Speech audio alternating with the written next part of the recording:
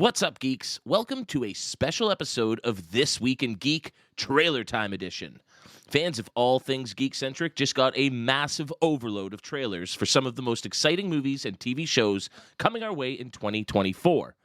My only question is, you know those mini trailers before the actual trailers start? Who the hell are those for?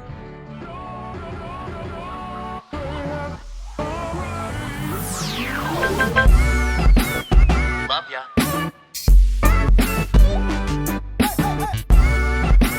Get home safe, guys. Peace.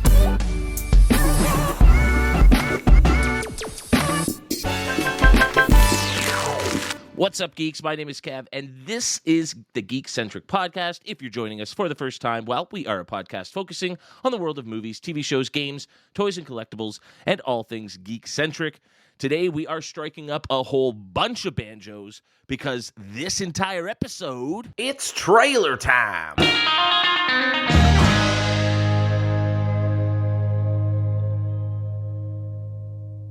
We've got a ton to talk about, so let's just get right to it. Joining me tonight are three trailer junkies. And no, I do not mean Ricky, Julian, and Bubbles. I mean Nate, Darcy, and J-Law. How are we, guys? I think I'm great. Can I always prefer to be. Will you be Bubbles? I want to be Bubbles. I guess. I so. mean, you got glasses, so I guess. Maybe I guess that so. Well, we both have glasses. It would be me and Darcy would be fighting for Bubbles. Out of everyone. Yeah. I guess. But then who's Kev? I'll be Leahy, stumbling around drunk. Yeah, Leahy. Who's the one that eats the cheeseburgers? It's Randy. That's what I always got. That was my nickname when I was at college. Yeah. Yeah, my buddy was Leahy and I was Randy for some reason. So I'm glad I got an upgrade and was actually one of the main trailer boys this time. But Kevin, can I just shout out? I mean, I know we're not going to be talking about Deadpool, but I want to shout out the meta-ness of what you just did of asking about the mini trailer before our main discussion of trailers. Brilliant. Excellent job. Fantastic. No notes. No notes. Thanks, Pat. In case you don't get that reference, go check out Ghostbusters Frozen Empire and then tune in to check out our spoiler-filled review. We just had a lot of fun dissecting that movie, so go check it out. But seriously, the last few days have seen a trailer bonanza come our way, and these are for some of the most anticipated movies and TV shows of the year, plus a few that I personally completely forgot were coming out, but am now actually really stoked to see. So why don't we just dive right in? Our first trailer comes from the twisted mind of George Miller and is the origin story of renegade warrior Furiosa before her encounter and team-up with Mad Max. Furiosa, a Mad Max saga, stars Anya Taylor-Joy and Chris Hemsworth, and has hell frozen over because are we about to talk about a prequel I'm actually excited for? It's funny because like a lot of the things we're talking about today, for the most part, are prequels with like a couple sequels. But dude, I'm really intrigued by this trailer. I think it's interesting to actually see green in this world after hearing about it so much. Yeah, it's crazy. And so the whole idea of Furiosa's abduction is going to be really interesting to see, and just to see anything other than desert in this world, I think is going to be really cool. Yeah, no, I couldn't agree more. And thinking of Anya Taylor-Joy in this movie and how awesome she looks has me thinking about another desert movie franchise, but I won't get into it. But yeah, the vibrancy, the colors, the world of Mad Max from George Miller, this looks great. This looks like it's going to be a lot of fun, but I would hope that it has at least the same sort of attention to the politics, if you will, of it, and seeing that evolve as well, to understand, when we do get to Mad Max Fury Road, how did that world get that way? And I think in a lot of ways we'll be able to see that progression through it, and that's also part of the whole prequel aspect of it, rather than just being something that starts a whole new franchise. I think this movie serves as a world builder and can be its own thing. A Mad Max saga really has me wondering. He's got more of these, I guess, right? Who knows? Yeah, I mean, I thought that we were going to get a sequel to Fury Road that would be featuring Tom Hardy as Mad Max again. But I think the most interesting thing, or the thing that has me most interested about Furiosa, is Chris Hemsworth's Dementus. He is full on leaning into that Australian accent. You've never heard him sound so Australian, but he looks like he's going to be a sick and twisted son of Morton Joe. Right? And I can't. Oh yeah. Oh, yeah, Oh okay. yeah. And it looks so different. I can't wait to see what he does with this character because it looks like he's gonna have a lot of fun playing this sick and twisted villain for this series. So How awful is he that that Furiosa is willing to team up with Immortan Joe to take this guy down? You know what I mean? Like, Right. Yeah. Yeah, I was going to say, it looks like she's got the chrome head makeup on. It looks like she's working with Immortan Joe, and there's that moment in the trailer where she's like, if you find him, he's mine. Like, you can see, like, I think Anya Taylor-Joy is just so perfect for this role, and I think she's gonna absolutely kill it. Seeing Chris Hemsworth looking like a deranged Thor on a chariot of motorbikes, a motorcycle chariot is freaking awesome.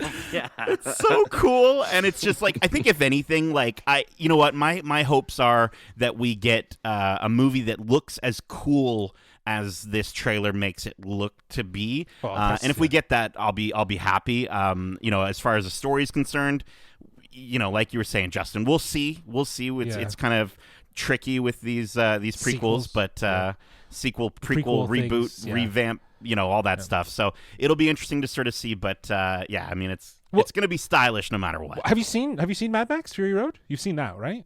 Oh yeah, of Okay, course. yeah. So like I'm hoping, at least from a visual standpoint, it continues that sort of intensity. it feels like that. The feels few car scenes we've got in this trailer feel just as vicious Right. as the movies. And I mean, I hope we see the origin of the bass player too, because that would be a fun little Easter egg. I don't know. Have you read about that? You do not want to see that on the screen. Read that guy's Oh, backstory. really? It's awful. Oh, okay, then Yeah. I will. I'll take your word for You it. wanna Oh my lose some god. Sleep tonight. Check that out. I am so stoked for this. It's really going to be hard to see how this can top or match, I should say, Fury Road, considering it was like nominated for 10 Oscars and won 6. Like, that is Yeah. a really high bar for a movie like this to sort of live up to. But when Anya says, I want them back, like, she starts off with that really low, dialogue. And then the way she screams that is so perfectly, Charlize there. And then the casting for young Furiosa is so spot on. It's terrifying. Like, I was like, damn, that's good casting. I totally believe that's a young Anya.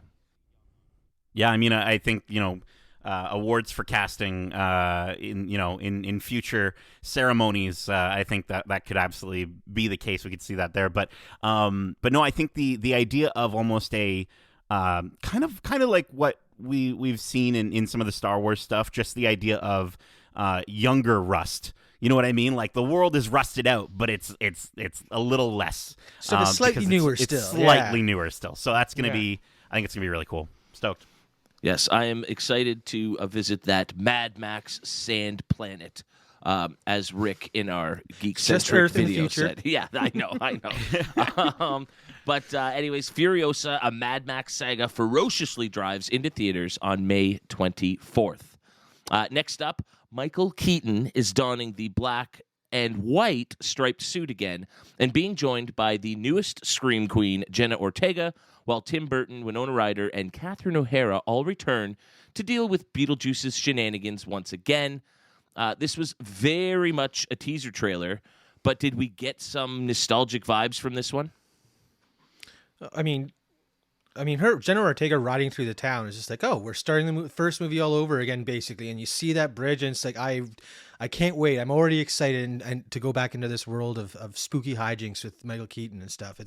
I'm stoked for it. Yeah, no, this trailer is a teaser at best, but the main thing that you get from it is that they're bringing back all the right pieces from the original movie, the original cast. You got the director, the world is there, the nostalgia is there, and we know that works, especially given the fact that we did talk about Ghostbusters and Afterlife and putting all those elements together to make that movie a success. But I hope it also doesn't fall into the pitfalls of that just being nostalgia bait for this movie. So, we'll have to wait and see. But yeah, this was a teaser. I haven't watched the original in a really long time, so I don't know if I caught any Easter eggs, but I'm sure New Rockstars already has a video out that breaks it all down. So, so I can go and watch that. I mean, Alfred Gough, or Go, I'm not sure if I'm mispronouncing that, Miles Millard, who wrote Spider-Man 2, are writing for this, but they also wrote the Mummy Tomb of the Dragon Emperor, so it's like hit and miss here. But also they wrote they worked on Smallville and Wednesday, so I think obviously with Jenna Ortega being involved in this, there's a close connection there. So I'm excited to sort of see how that works. I've never seen the original Beetlejuice. It'll be some homework that I'll have to do before this movie comes out. But there's I think Michael Keaton looks disgusting, and given how good that man looks outside of this role, I think obviously this makeup department is doing a stellar job at bringing this character back. And so I'm interested to sort of see, though, because like I've only seen scenes from the original Beetlejuice, and obviously the technology that they had at the time couldn't quite capture all the nasty, wrinkly, gross pimples and stuff like that. So it'll be interesting to sort of see this in like a 4K format and how just awful it's going to be. I'm excited. Yeah, I mean, you had me a little worried there mentioning the writers behind it, but the fact that Tim Burton came back for it, you know what I mean? It's not like we're getting Ghostbusters Frozen Empire, where even the original director's son, who did a great job, Jason Reitman, doing Afterlife, he left, and that should have been our first sign. But the fact that Tim Burton is willing to come back as part of, like, to make a second installment for something that's so ingrained in his legacy gives me hope for sure. Yeah, and I think he even notices what it means to his legacy to come back and be telling the second part to this story. Writing aside and all things kind of, I think all the pieces are there for this to potentially work, but we need to see obviously a little bit more. I know a lot of people are wanting a sequel to Beetlejuice and have been waiting quite a while for this, so they definitely, like, the internet didn't blow up, but I remember just everything I was seeing in my feed was just like Beetlejuice, People were talking Beetlejuice, about it, for Beetlejuice. Sure. I know. I was like, well, you said okay, so I guess the Beetlejuice trailer drops. Bro, I haven't even seen the movie. I know you're not supposed to do that, bro. Again, that's it. I also love the fact that the name of this movie is just Beetlejuice. The fact that perfect. It's So then building the third off one, of that in-universe rumor or whatever. It's setting up for a wicked third one that he's just everywhere. Yeah. Or they don't do the third one because you never say it 3 times, right? Like, so. Good point. Yes.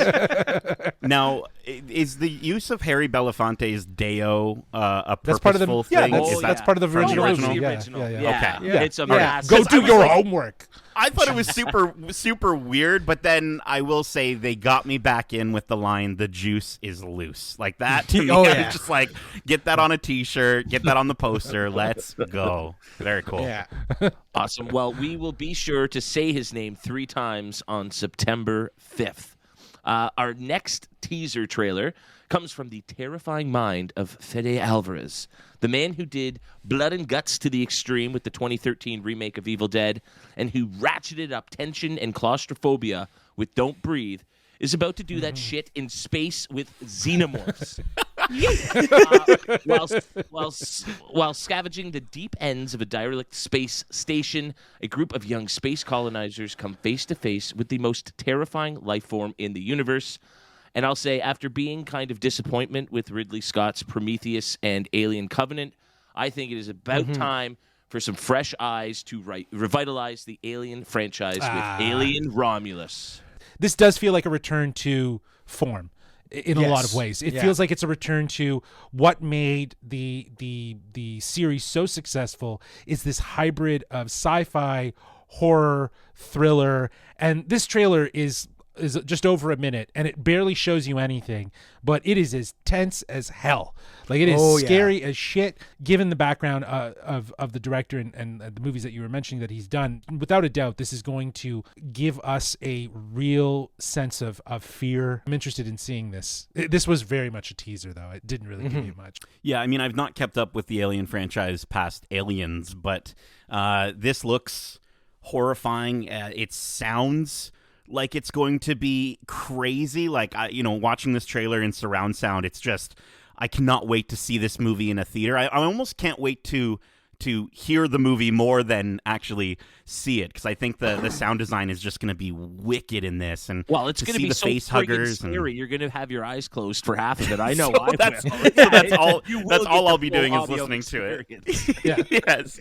But that shot of Kaylee Spaney, again, apologies if I'm pronouncing that incorrectly, with the gun in the hand, such a phenomenal Ridley callback. Like, it just looks so perfect. And I think Fetty knows what he's doing with this movie, and I'm really he's a fan, right? Yeah. He's a fan of the stories, and I think again, like those subtle callbacks and the visuals, the female hero, the crew and all of that, it feels like they're all at play here, right? Even when they pass by it looks like a medical bay and you just see blood everywhere and you're like, oh, someone's stomach blew up, right? Right? So it's the old stomach blew up again. Yeah, exactly. So like it gave you everything that you needed to feel or know about this world without really giving you much. And I think it was just sort of felt like a mood board, this trailer. You know what I mean? Like more of like a tonal mood board of like what to anticipate. Yeah, like I've never been the biggest horror fan, but the Aliens franchise is something I've always loved to go back and watch because it is so tense, and the way they build up those moments is so special. And what I didn't like about Covenant and Prometheus is they kind of went away from that a bit, and they did lean more into the sci-fi aspect, where this one seems to be returning, hitting you hard with that horror aspect. Like again, the chills I had watching this trailer got me excited. And again, I'm not the biggest horror fan, so for something as spooky as this to get me this stoked, it says a lot, and I'm really looking forward to this. She's pulling that tube out of her throat or whatever. Yeah, the hallway bursting with all the face the face huggers, like and then the chills. Like again, I'm getting chills talking about it. But that's all I need. Like, what is it? It's a movie about xenomorphs on a space station with a bunch of victims. Okay, and it looks and feels and sounds terrifying. But done. That's all I need. But even if it is more than that, for you to actually go into the movie with that, like in your mind, and then to do something different with it, like kind of go a different direction. They've already told you very little. And that's what your interpretation is. So anything outside of this is going to be a surprise, and it's probably going to be a benefit to the movie, right? Is it a prequel or a sequel? Doesn't say anywhere on here. A really quick glance, I couldn't find where it falls in the timeline. Okay. All I know is that xenomorphs are like space incels because their greatest weakness is a badass woman, which is a cool message. So I'm down for that. But Alien Romulus will make you scream so loud, people will hear you even in space on October 16th. There you go. Next, we travel back to Westeros for a show that took the world by storm with its first season. It was perhaps the most destination viewing thing since streaming took over the world. For season 2 of House of the Dragon, HBO asks viewers to choose a side with not one, but 2 trailers. One for House Green, the other for House Black. And boys, all I need to know is, which side are you on? Ooh. Black, baby. Black all the way. Black all the way. Black all the way. The high towers are just, they're cancer to Westeros. And like they are not the rightful heir to the throne. We saw how well that shit went down. So, but I love that these trailers, they draw a line for the audience to sort of pick a side in this conflict. Like the marketing is just fantastic. It takes me back to Team Edward, Team Jacob back in the Twilight days. And I can already see the merch. I can already see the green shirts and the black shirts, with like, for the queen or like the rightful King Aegon or whatever, right? Like, yeah, so I think it's going to be fantastic. I think it's cool. This, in one of these trailers, we get to see the wall. I'm wondering if there's going to be, like, if they are going to do anything with White Walkers or if they're too scared after what happened in the last season of Game of Thrones. But to see Starks, I think, is dope. I'm pretty sure those are Starks. I don't know. I didn't read the book, so I'm not sure necessarily. Yeah. Do your homework, bro. No, I'm just joking. Sorry. I don't read the books. No, Darcy's our House of the Dragon expert for sure. Again, I'm a huge fan of Fire and Blood, and so the fact that we're going to get the Starks, they are staunchly against bending the knee because they're their own country basically so far north. So it's going to be really cool to explore that relationship because again, in Fire and Blood, it is very much a historian's view on the story, and what I love about that is they see it a certain way, but that leaves the door open for so many ways to interpret the story and present it. Like again, in the books, the blacks are the bad guys, but from the show, it clearly is the opposite. The High Towers are the ones who are messed up. So I'm really excited again to return to this world and explore the history of the Targaryens because there's so much cool stuff that happens. Well, it's dope to see Rhaenyra looking like she's recruiting. It looks like there's going to be even more dragons this season, which is that's 100% awesome. What's coming. Yeah, there's a whole storyline where they're trying to recruit dragon riders. So if we get to see that on screen, I'm going to be very excited. And then the only other thing I caught watching these is it looks to me like Alicent might be at a funeral. And I'm going to put out a prediction, and obviously if you know Darcy, try not to say otherwise. But I won't say anything. I think it could be her dad, Otto, because at one point you see Kristen Cole wearing a gold chain, which is to signify that he's, I guess, hand of the king. And so I think Otto gets replaced is what I'm going with, but I don't know. I'm excited regardless. June 16th, I'm so stoked. And like you said, Kevin, appointment television, like this is, I remember, we would share that tweet back and forth of just the people's there was an apartment and it was all just the same lights coming out of the apartment because everyone's watching House of the Dragon at the same time. It's fantastic, and I can't believe that we've got a show that's a spin-off, that's a prequel, that is not only beloved by everyone else but also beloved by you. Well, and speaking of, HBO gives me the ultimate birthday gift. As you mentioned, this will burn its way onto our television screens on June 16th. So I know what I'm doing for my birthday this year, because that will be on at 10 o'clock sharp. Sick. I'll dress up like a dragon. Oh, a little viewing party. That sounds fun. I'd be down for that. Let's do it.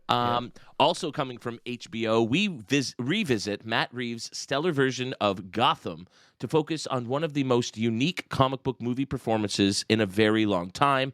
Colin Farrell was almost unrecognizable as the Penguin in The Batman and stole every scene that he was in. So it's incredibly well-deserved that he gets this show to not only highlight that performance and character, but to flesh out the seedy criminal underbelly of Gotham City itself. I myself am very intrigued to see where this one goes. Yeah, it feels like Sopranos. Bit of Scarface, too? Yeah, a little Scarface there, too. But I like the idea of using a criminal like the Penguin, like Oswald Cobblepot, to kind of explore this version of Gotham's criminal world. Like you said, he was incredible in the Batman, and it's great that he's getting a show here where we can explore his character more, and by extension, explore Gotham more, explore that seedy underworld of Gotham that, Matt Reeves has sort of depicted in his iteration of the Batman. And this whole Gotham series, it's interesting. I'm very excited to see what he has in store with this show, and to see more Colin Farrell is a plus. I'm excited also too, because we're obviously talking about Gotham. Who else are we going to see? I don't think we're going to see Batman, but I think we could get little hints to. There's little hints to. There's rumors that he was on set, that Pattinson was on set. So maybe in like the last scene of the last episode. Maybe that's part of the reason why the movie's delayed. And you know what? I'm okay if the movie's delayed. I would rather a better product.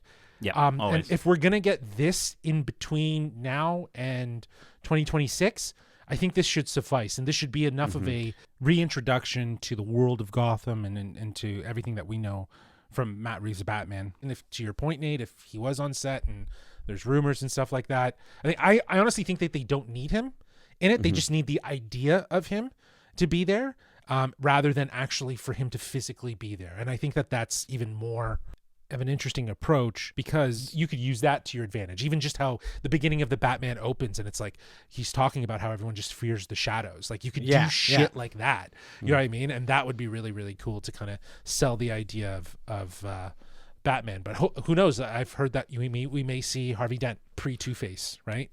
We may see when he's the lawyer fighting for good. Exactly. That'd be really cool. Yeah, exactly. So we might see stuff like that.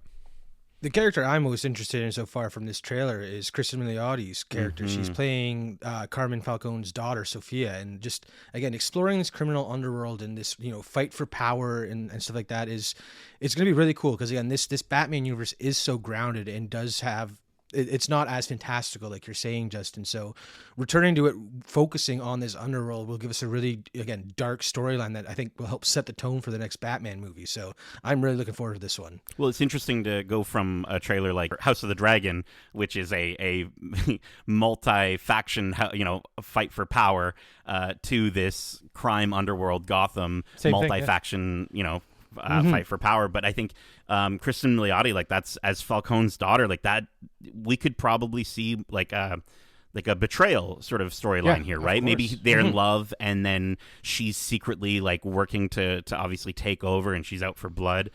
This show looks dark. It looks intense. Colin Farrell still looks absolutely magnificent. I'm actually happy that this is going to be in its own sort of universe. It is its own, the Batman saga. Outside of what James Gunn is going to do with the DCU, like I'm totally fine with that. I guess this is taking place between 1 and 2. So it'd be cool to sort of see how they plant some seeds to move on to the second one. Yeah, I think there's also there's the fallout from the Batman, the flooding of Gotham and stuff like that. Yeah, there's water everywhere. I think they're still dealing with that. So I think that's definitely still at play. But yeah, it'll be interesting to see how it fits into the timeline. And are we going to move around the timeline? Are we going to see things before the whole Batman situation with the Riddler, and then are we going to see things after? Like, are we going to kind of understand both ends of the spectrum in terms of like the power that was kind of at fighting? Like, will John Turturro make an appearance, right? As there's a Falcone he played, right? Yeah. I would love that. Yeah, it would be great. He was a great Falcone, right? Well, and seeing Clancy Brown in this as Maroni is going to be awesome. He's so damn good in just everything that he shows up in. So to see him and Colin Farrell like tearing up dialogue in a scene together, like I understand that there's going to be moments of characters getting beat and almost stabbed, and that'll be intense. But like, I think scenes of those two talking could be just equally as intense, and I'm so looking forward to this. This is really one that I kind of forgot was happening and didn't really remember. So then when the Batman was delayed, I was kind of disappointed. But you're right, Justin. This is the perfect like a amuse bouche, if you will, the perfect appetizer for what's to come with the next Batman. Well, the Penguin will break all the rules sometime in late 2024. And now, finally, I've saved this trailer for last, as I imagine my colleagues are pretty darn excited for this one and are likely already looking forward to the Watch Club for it. The next chapter in the Disney Plus Star Wars saga takes us back to the end of the High Republic before the events of Episode 1 to follow a Jedi investigation into a series of crimes. This is, of course, Star Wars: The Acolyte. Gentlemen, how stoked are you for this one? Yeah, no, I'm. This is like True Detective, but with Star Wars, right? Like and with Jedi, and I like that. It's taking place 100 years before the prequels, so it's like everything about it feels as fresh and original as what Andor did, with its sort of genre mixing of political dramatic thriller with the Star Wars galaxy. It's going to be great to see, a Jedi-centric story after, so many stories that have kind of moved away from Jedis, especially in the TV space, mostly. So to get a show that is Jedi-focused is going to be very, very interesting. And yeah, it looks great. It looks awesome. So dark. But I think the most exciting part, at least for me, of someone who I'm okay with continuing to take a break from the Jedi. The fact that we're getting to see the Jedi at the peak of their hubris and sort of the beginning of their downfall is pretty exciting to me. I think it's really refreshing. Like, if you thought the Jedi Council was dogmatic back in the prequels, these Jedi are at their peak. I've not read High Republic stuff, but you hear the disbelief even in that line. Like, who would kill a Jedi? Like, what? What are you talking about? Leslie Headland, when Darcy and I saw this trailer back in London at Star Wars Celebration, Leslie Headland had pitched the show as Frozen meets Kill Bill. And so, she said, right, which is crazy. So she said there's themes of samurai schools of thought versus lone warrior, father and daughter, master and Padawan, and the most interesting thing, and I think this is where the Frozen part comes from, sibling versus or sibling, not versus sibling, but sibling and sibling. So I think there's a lot of people speculating that Amanda Stenberg is playing two characters in this show, that she could be playing twins, or that there are twins at play at some point. I think there's it actually would be awesome to see if they were maybe on two different paths at some point in this story, reminding me a lot of one of our favorite Star Wars Visions episodes, The Twins. I think that maybe she has a sister who was a Jedi or was becoming a Jedi, and because of the decisions made by the Jedi, maybe Amanda Stenberg's character, I believe May is what she's called, might blame them. She goes on a bit of a rampage. At the beginning of this trailer, you hear a little girl say, at the temple, you hear her say, "I see fire." And then later on through the trailer, you see another girl, or maybe the same girl, running through that fire. So I think there is going to be that element of sisterhood kind of tied in, or at least baked into the origin of this. But bro, I'm so hyped. As you Well, can if she tell. said Frozen, that would be the only thing that I could take away from Frozen is sister. yeah. Or ice powers. There could be ice powers and maybe a snowman. We don't know. Sure, yeah. Now I'm less excited. But no, what do you guys take from the early discourse online? Obviously, the Star Wars community is a bit toxic. It's always been quite antagonistic, and people definitely choose sides, and there's lots of bickering. But early on, people have been complaining that this seems to break the canon of Phantom Menace Episode 1, when in the Jedi Temple they say that the Sith haven't existed for a millennia. So how are they retconning that, or is there an alternate solution to that problem? I think my biggest takeaway is the fact that line that everyone is saying is canon is coming from the lips of a Jedi. Yep. And if there's anyone who's not going to know about the Sith, it's going to be the Jedi, because the Sith are in hiding, obviously. And again, having read the High Republic books, with the fall of the Nihil, that you could clearly see that there was some Sith stuff at play there, pulling the strings behind the scenes. And that is the whole Sith's MO is working from the shadows, Exactly. to overtake this universe or galaxy. So yeah, and to sort of capitalize on the naivety of the Jedi, right? In a lot of yes, ways, exactly. right? Again, we're seeing the Jedi at the height of their power, where they think that no one can top them. And again, this is set 100 years after the events of the Nihil, where they took one of their biggest defeats, but haven't had anything since then. So it seems like this is that whole, there can only be, the Sith weren't around for 1,000 years, means that the Jedi didn't know about them for that period. They could still be in the shadows. That is where they work best, basically. Or they just never really had a in my mind too. It's like the Sith could always have been around, but when did they form? Do you know what I mean? Was the last time that they formed could have been a millennia, when they were identified as the Sith. Now the Sith have not been seen in a millennia. Could be that they've just operated from the shadows because their numbers are small, right? There's different ways to interpret it, but again, but this trailer seems to suggest we're getting a whole lot of red lightsabers. So, are Mace Windu and Yoda lying about what they know and are still so naive that they get deceived by Palpatine, or does any Jedi who cross these, red lightsaber wielding people, are they toast? Are we going to see a whole bunch of Jedi get mowed down in this show? Absolutely. I mean, look at the poster. We see what has been identified, I believe, as Carrie-Anne Moss's character's lightsaber, Indara's lightsaber, covered in blood. Skid mark, yeah. So it's gonna. Well, I wouldn't call it a skid mark, Justin, but a blood mark for sure. That now it sounds even worse. But no, I think you know what? I think bringing this back to the idea of the Sith haven't been seen. I mean, remember who we're dealing with. Again, we're not entirely sure of the exact parameters of this timeline. We could have something to do with Plagueis, right? We could have something to do with a very, very young Palpatine potentially being seen as the one on the side of the Sith, right? Just how we had with, and again, the fact that they're re-releasing The Phantom Menace and throwing in a trailer for this coinciding with that. I really think we're going to see those connections. Now, I do want to shout out Michael Abels for who's doing the music for this show. The music in this trailer was so dang cool. The first moment you see Amanda Stenberg as May, just like it just sends like shivers down your spine, and I'm stoked to see it. I'm stoked to see the fight between her and Indara, Carrie-Anne Moss, looking very Matrix, looking very Trinity.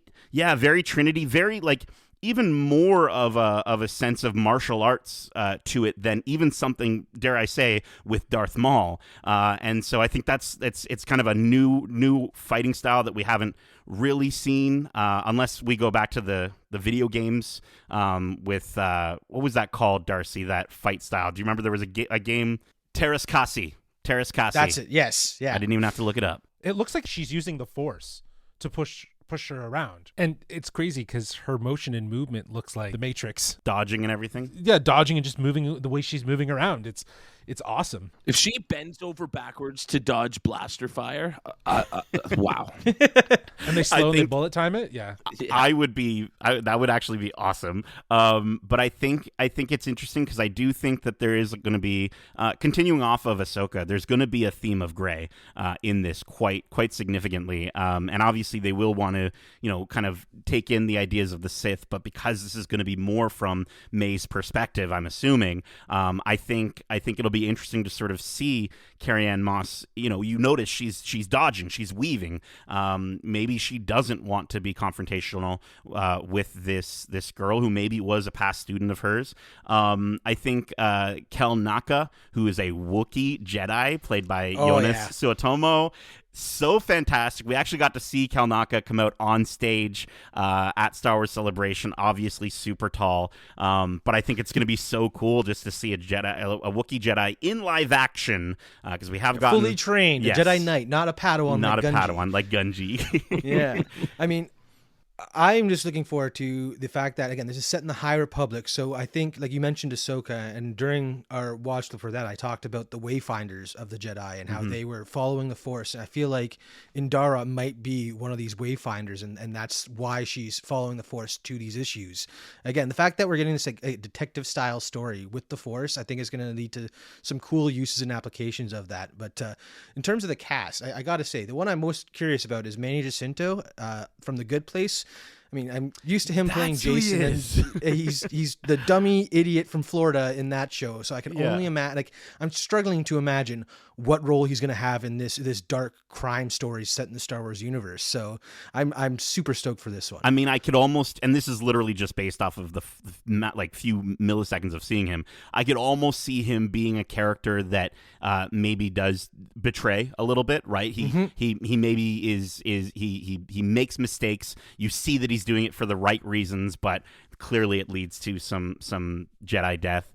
But yeah, murder mystery, incredible combat, fantastic music, part of the timeline that feels like it's separated enough from the Skywalkers, while at the same time we could still get our geek on and nerd out over like Yaddle potentially showing up, or younger Yoda potentially showing up. With this show, House of the Dragon, The Boys, all happening at the same time, like my brain's already melted from just these trailers. Like, I can't believe we're getting such a wonderful release of stuff coming out in this year. It's gonna be so good. Well, you won't have to wait too long, as The Acolyte is scheduled to premiere on Disney Plus on June 4th. Be sure to check out our Watch Club for that show, as well as perhaps some reviews for some of the films and TV shows that we talked about today. Thank you for joining us here at Geekcentric, wherever you listen to podcasts. We'd love to know which trailers got you the most excited, and what TV shows and movies are you looking forward to the most. You can hit us up at wearegeekcentric@gmail.com, or if that's a bit like the third trailer for a movie that completely gives away the plot and spoils all the good lines, reach out on our socials. Justin, where can they do that? They can reach out to us on X at GeekcentricYT, or on Instagram at wearegeekcentric. Awesome. Well, we also have a ton of other great episodes covering the latest in movies and TV shows. Check out our review for the Netflix series Three Body Problem, as well as our review of the first 3 episodes of Marvel Animation's X-Men '97. We also have some fantastic interviews with the cast and crew of the hit animated series. In addition to listening to those wherever you check out podcasts, you can also watch those on our YouTube channel at youtube.com/geekcentric, along with all of the incredible interviews we've had the pleasure of conducting over the last few years. Be sure to check out our spoiler-filled review for Ghostbuster Frozen Empire. Let's see if it lives up to the incredible job that Afterlife did to hit all those right nostalgia buttons. And finally, we are nearing the end of our watch club for the Bad Batch, so be sure to check those out as they release so you can hear our geeky thoughts and predictions for the beloved animated series. We are so glad you stopped by the trailer park to join us and can't wait to see you all again real soon. But until then, Justin, Darcy, and Nate, thanks for joining me. And as we say, Love ya. Laters. get home safe, y'all. Peace.